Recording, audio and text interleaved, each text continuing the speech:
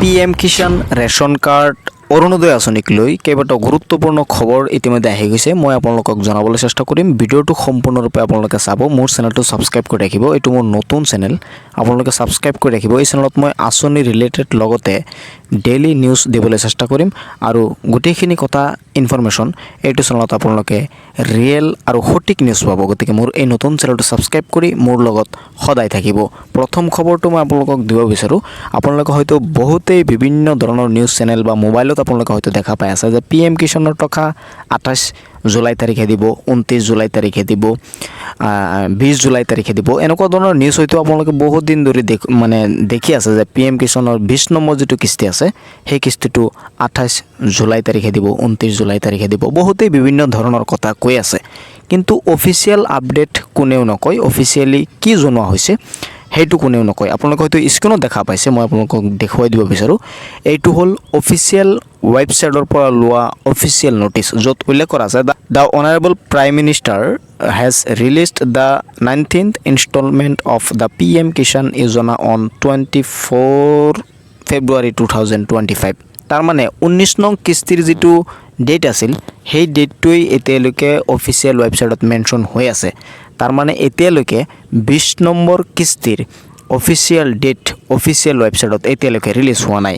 আপোনালোকে হয়তো দেখা পাই আছে 19 নম্বৰ কিস্তিৰে এতিয়ালৈকে কি হৈ আছে, অফিচিয়েল ডেটটো অফিচিয়েল ৱেবছাইটত মেনশ্যন হোৱা আছে। বহুতে কৈ আছে যে 28 তাৰিখে দিব, 29 তাৰিখে দিব। এই সকলোবোৰ কথাই ফেক আৰু ভুৱা। এনেকুৱা ধৰণৰ ভুৱা নিউজৰ পৰা সদায় বিৰত থাকিব।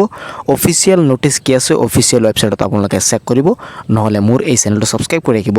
যেতিয়াই PM কিষাণৰ 20 নং কিস্তিৰ ডেট আহে মই আপোনালোকক জনাবলৈ নাপাহৰিম। তাৰ বাবে মোৰ চেনেলটো ছাবস্ক্ৰাইব কৰি নটিফিকেশ্যন বেলটো অন কৰি ৰাখিব।